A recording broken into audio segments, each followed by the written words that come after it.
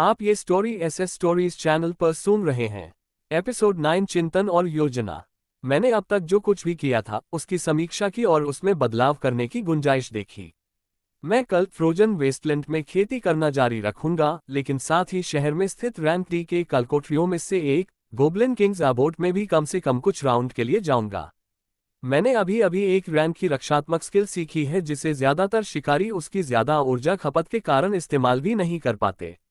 अब ऐसी कोई अप्रत्याशित घटना नहीं होनी चाहिए जिससे मेरी जान को खतरा हो। डी रैंक की स्किल फ्लेम्स ऑफ टॉर्मेंट के साथ मैं 30 मंजिला कालकोठरी को बिना किसी परेशानी के पार कर लूंगा। एक और बात थी मेरी क्षमताओं का उपयोग। अगर मैं सचमुच अनंत काल तक मंत्रों का प्रयोग कर सकता हूं, तो मुझे इसका और भी अधिक लाभ उठाना होगा। आर्केनिस्ट स्फीयर ऑफ प्रोटेक्शन और डेंजर सेने से अभी भी सक्रिय थे। मैं अपने पुराने पलंग पर बैठ गया और फिर अपनी आंखें बंद कर ली, जिससे सेफगार्ड और आर्कटिक आर्मर दोनों भी सक्रिय हो गए। कुछ मिनट बीत गए और मैं कुछ और शांत हो गया और महसूस किया कि मुझे क्या याद आ सकता है। जमे हुए बंजर भूमि को अन्य रैंक वाले कालकोठरियों की तरह सक्रिय रूप से साफ नहीं किया गया था और इसमें नारंगी रंग था।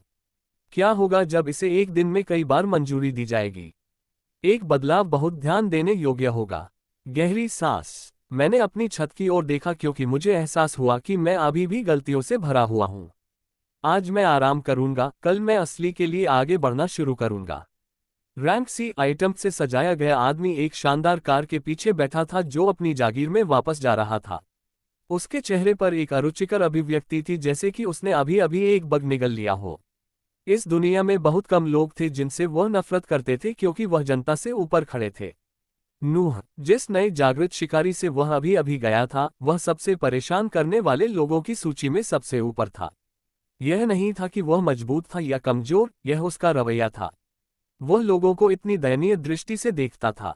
एक शक्तिशाली क्षमता जागृत होने के बाद छिपकर खतरे से बचना चाहते हो। घृणित, तुम्हें अपनी ईश्वर प्रदत्त प्रतिभाओं का उपयोग करके अन्य दयनीय लोगों को इस दुनिया में कुछ और समय तक जीवित रहने में मदद करनी चाहिए।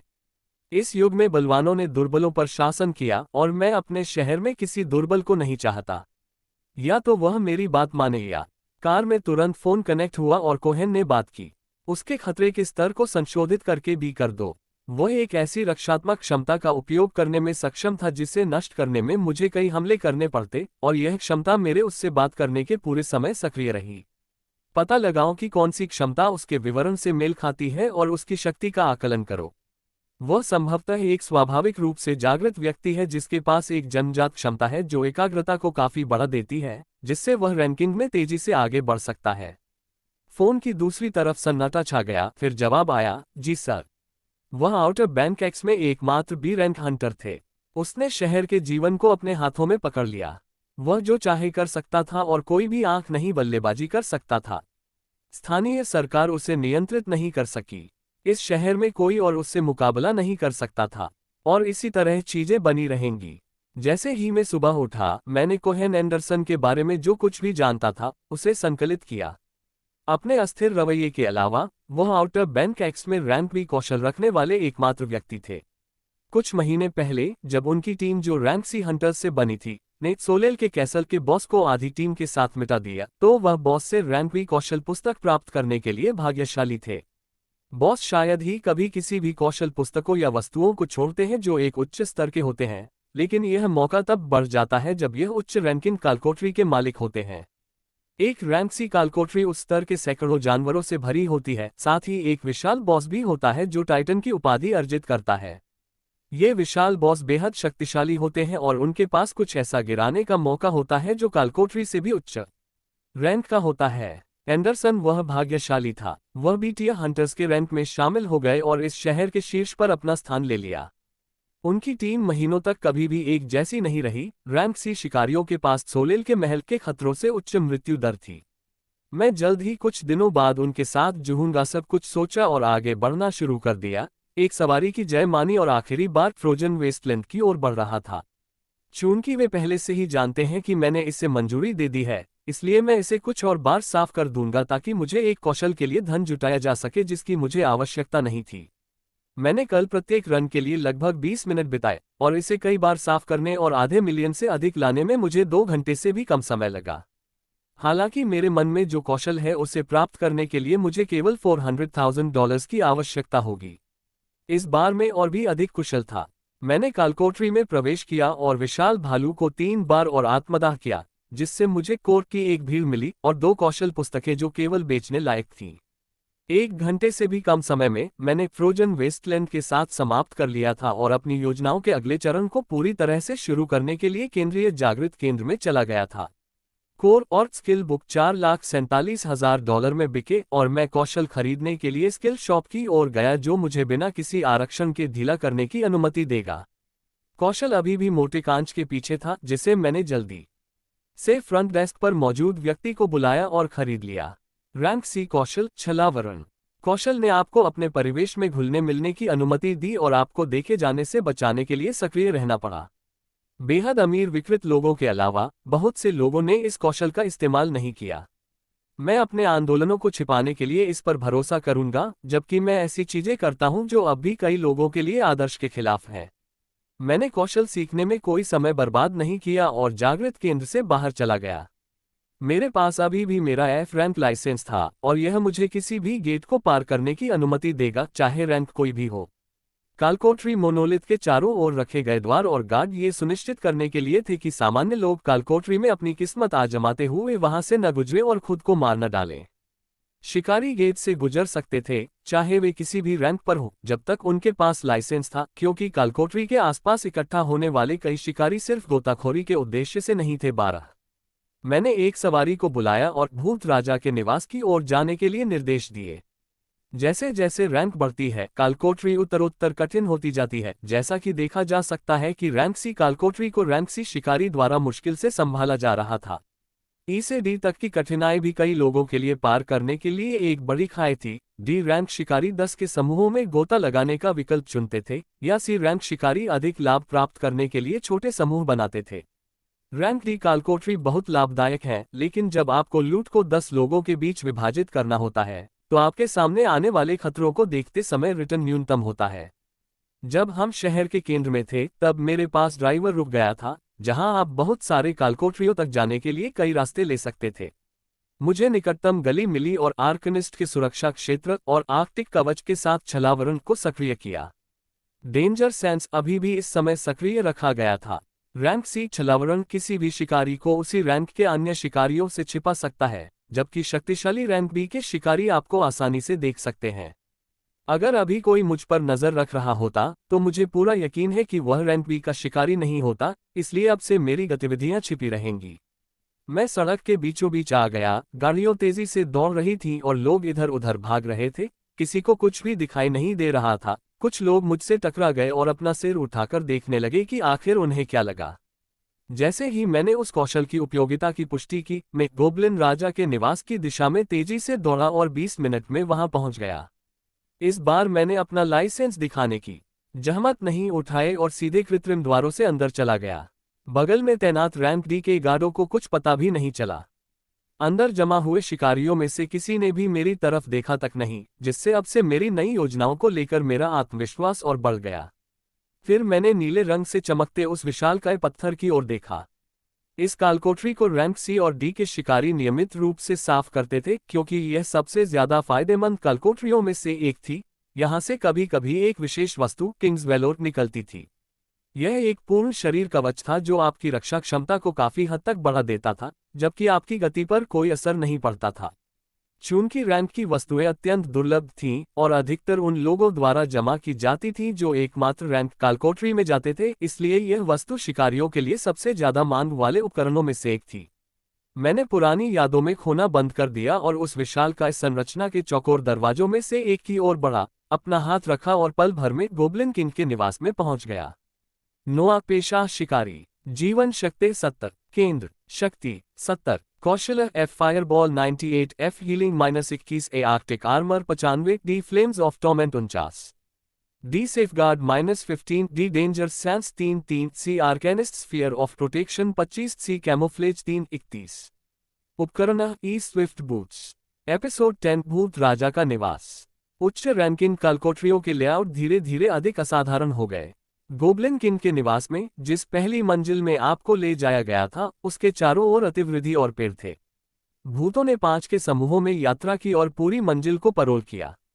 जिस क्षण आप किसी पर हमला करते हैं, वे दूसरों को एक तेज संकेत के साथ सचेत करते हैं और उन सभी को वहां ले जाते हैं जहां आप थे। इस कालकोठरी में गोता लगाने के लिए बनाई गई पार्टियों को यह सुनिश्चित करना था कि अन्य 2 समूहों के आने से पहले उनके पास कम से कम एक समूह की देखभाल करने के लिए पर्याप्त क्षति डीलर थे।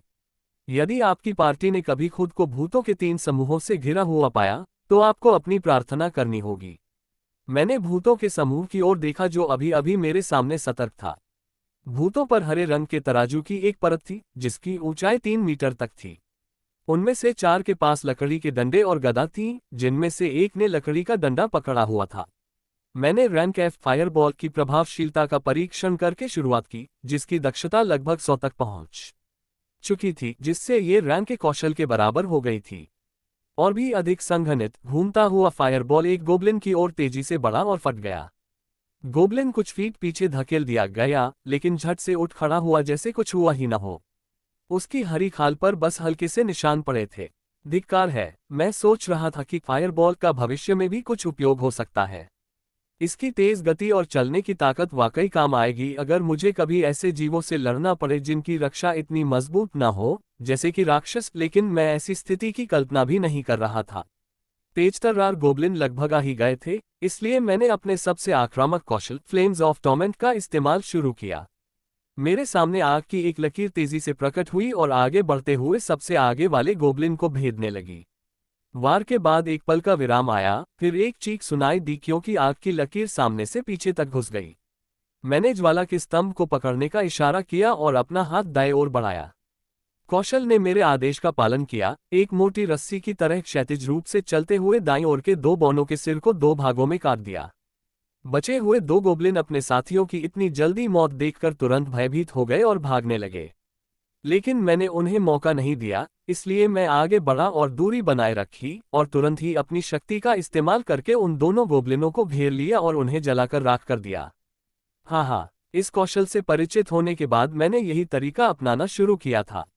मुझे बस कौशल को अपने सामने आग की लपटें छोड़ने की अनुमति नहीं देनी पड़ती थी। जैसे जैसे मेरी दक्षता बढ़ती गई, मैं आग के स्तंभ को न केवल आगे, तिरछे या क्षैतिज रूप से आगे बढ़ाने में सक्षम हो गया।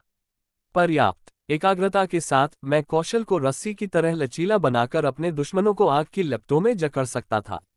जैसे ही मैंने उन्हें खत्म किया, सरसराहट की आवाज सुनाई दी और 5 और जिन तेजी से अंदर आ गए। इस बार मैं चुप नहीं बैठा, उन्हें एक ठंडी मुस्कान दी और उनकी ओर दौड़ पड़ा। मेरे सामने आग का एक खंभा अजीब तरह से हिल रहा था। मैंने पीड़ा की ज्वाला को अपनी इच्छानुसार नियंत्रित करने और चलाने का अभ्यास किया, जिसके परिणामस्वरूप गोब्लिन चीखने लगे। जल्द ही उनके मैदान पर 5 और जले हुए राक्षस पड़े थे, उनके शरीर अभी भी अत्यधिक गर्मी से सुलग रहे थे। मैंने पहले ही 2 समूहों को पकड़ लिया था, एक और समूह बचा होना चाहिए था। मैंने उनके आने का इंतजार नहीं किया और बगल से आ रही चीखों और आवाजों की तरफ गया और आखिरी 5 लोगों को भी उतनी ही आसानी से पकड़ लिया जितनी आसानी से मैंने उनके पहले साथियों को पकड़ा था। तब से ये सिर्फ मैं फर्श से नीचे भाग रहा था, जिससे मेरे अब पसंदीदा कौशल की दक्षता बढ़ रही थी। कुछ मंजिलों पर मैंने राक्षसों के खिलाफ छलावरण की प्रभावशीलता का परीक्षण किया और परिणाम शानदार थे। मैं उनके चारों ओर कुछ मीटर की दूरी पर घुस सकता था, लेकिन अगर मैं कुछ सेकंड के लिए उस स्थान पर रहता था या उनके करीब जाता था तो आंखें उस जगह पर शिफ्ट हो जाती थी जहां मैं था। मुझे यकीन नहीं था कि यह सिर्फ तेज इंद्रियां थी या एक मजबूत नाक थी जो आपके पास आने पर उन्हें सतर्क करती थी, लेकिन बिना देखे इधर उधर दौड़ना मजेदार था। 10वीं मंजिल से अधिक भूत तीरंदाज और जादूगर दिखाई देने लगे, जो मेरी ओर तीर, आग के गोले, बिजली और ठंड के बोल्ट चलाते थे। मेरे पास आर्कटिक कवच और आर्कनिस्ट का संरक्षण क्षेत्र हमेशा सक्रिय था, जिससे तीर मेरे शरीर से दूर उछल गए और मंत्र मेरे चारों ओर के पारदर्शी क्षेत्र के संपर्क में आने के क्षण गायब हो गए। वे केवल एक छोटा प्राणी देख सकते थे जो उनके हमलों को विक्षेपित कर रहा था और अवशोषित कर रहा था, जबकि वह आग के एक मोटे खंभे से बाहर निकल रहा था, जिसने या तो उनके शरीर को मौत के घाट उतार दिया था या उनके सिर को अलग कर दिया था। भूत जादूगरों और तीरंदाजों को छलावरण के साथ आश्चर्यचकित करना और भी घातक था, क्योंकि वे बेजान होने से पहले एक भी जादू नहीं कर सकते थे। एड्रेनालाइन मेरे माध्यम से बह रहा था क्योंकि मैंने इन डी रैंक 3 मीटर लंबे राक्षसों को आसानी से गिरते हुए देखा, लेकिन मैंने खुद को याद दिलाया कि यह वह नहीं था जो मैं लक्ष्य बना रहा था। वे डी रैंक थे, वे मेरी तरह ही कमजोर थे। मैं अपने बारे में बहुत अधिक नहीं सोच सकता। कोई भी यादृच्छिक करोड़पति किसी को आसानी से उतना ही शक्तिशाली बनाने के लिए उतना ही मजबूत और पर्याप्त कोर कौशल खरीद सकता है। मैं अपने अंदर जो बदलाव लाना चाहता था, वह कायरता की उस भावना को महसूस नहीं करना था, असहायता की वह भावना जिसे मैं इतने लंबे समय तक लटकाता रहा। जो कुछ भी मेरे रास्ते में खड़ा था, चाहे वह मानव हो या राक्षस, चाहे वह सबसे बड़ा टाइटन्स हो जिसका मैं अंततः सामना करूंगा, मैं बिना किसी डर के इसका सामना करना चाहता था। मैंने अपनी भावनाओं पर राज किया और भी तेजी से फर्श से नीचे उतर गया। 1.5 घंटे के भीतर मैं कालकोठरी की सभी 29 मंजिलों से नीचे उतर गया था और सीढ़ियों की आखिरी सीढ़ियों के पास खड़ा हो गया था जो मुझे बॉस के कमरे में ले जाएगी। मुझे सामान्य शिकारियों के दर्द का एहसास हुआ और उनमें से अधिकांश दिन में अधिकतम 1 या 2 बार ही कालकोठरी में गोता लगाते थे। बाएं और दाएं दुश्मनों को काटते समय मुझे नीचे भागने के लिए अभी भी मुझे प्रत्येक मंजिल पर कुछ मिनट बिताने की आवश्यकता थी। इतनी सारी मंजिलें और राक्षस होने के कारण एक पार्टी में शिकारियों को अपनी ऊर्जा को पुनर्प्राप्त करने और ठीक होने के लिए आराम करते हुए प्रत्येक मंजिल पर राक्षसों को मारने के लिए अपनी जान की बाजी लगानी पड़ी। बस एक कालकोठरी से गुजरने में उन्हें 5 घंटे या उससे अधिक समय लग सकता है। मुझे अपने कौशल को अंतहीन रूप से कास्ट करने में सक्षम होना इतनी बड़ी बात थी कि अब भी मैंने खुद को सवाल करते हुए पाया कि क्या यह अभी भी वास्तविक था। मैं ये सुनिश्चित करते हुए सीढ़ियों से नीचे चला गया कि सभी रक्षात्मक कौशल और यहां तक कि छलावरण भी सक्रिय था और मैं जल्द ही बीच में एक छोटे से पहाड़ के साथ एक विशाल समाशोधन में था। खरोंच की पहाड़ नहीं, बस एक बहुत ही जंगली दिखने वाला भूत जो आकार में लगभग 6 मीटर था। इसकी त्वचा गहरे काले रंग की चमक रही थी जिसने इसे इस समाशोधन में बहुत प्रमुख बना दिया था। अरे नहीं, उसके हाथों में कोई हथियार नहीं था और फिर भी उसके हाथ अकेले ही उसके पास आने वाली किसी भी चीज को तोड़ने के लिए पर्याप्त लग रहे थे। ये बॉस कई शिकारियों का हत्यारा था। इसका बड़ा आकार और ताकत अनुभवहीन शिकारियों को जानकार शिकारियों से जल्दी से बाहर निकाल देती थी। इसके एक हमले का भी सामना करने के लिए कम से कम 2 रैंक की शूरवीरों या सबसे भारी कवच के साथ एक रैंक सी की आवश्यकता थी। आप ये भी बेहतर आशा करते हैं कि आपकी टीम के जादूगर और निडर इस जानवर पर कई मंत्रों और हमलों को उजागर करने के लिए अपनी ऊर्जा बचा रहे थे ताकि इसे कम से कम समय में नीचे ले जाया जा सके, या मौतें हो जाएंगी। मैं इससे कुछ दूरी पर था, इसलिए मैंने सोचा कि मुझे छलावरण सक्रिय होने के साथ पता नहीं चलेगा, लेकिन जैसे ही मैं समाशोधन में पहुंचा, यह मुझ पर बड़ी आंखें हैं। तो इस प्रकार के राक्षस की इंद्रियों से बचने के लिए अपने परिवेश में घुलना मिलना पर्याप्त नहीं है।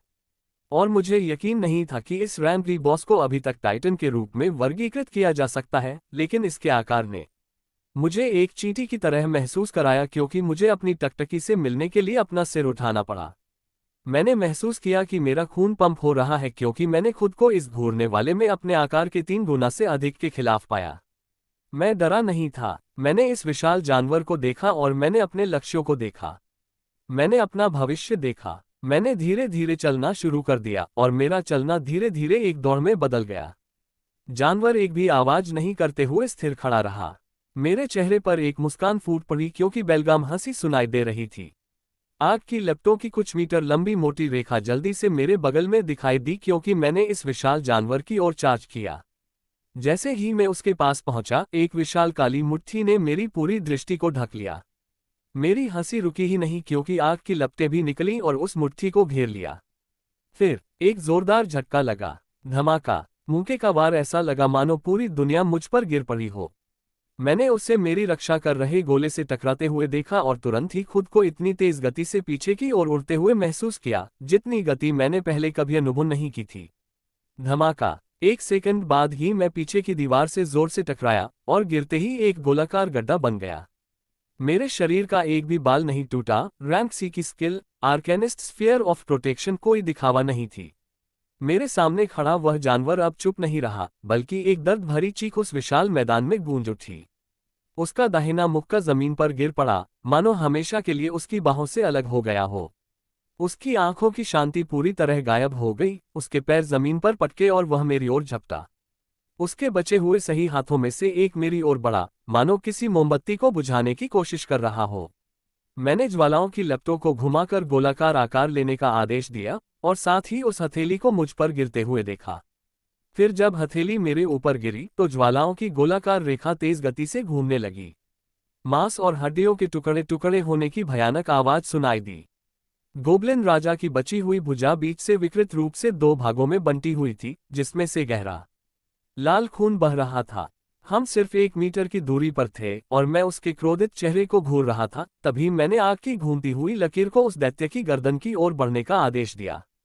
झिंग! एक पल बीता और फिर 6 मीटर ऊंचे उस दैत्य का सिर जमीन पर जा गिरा।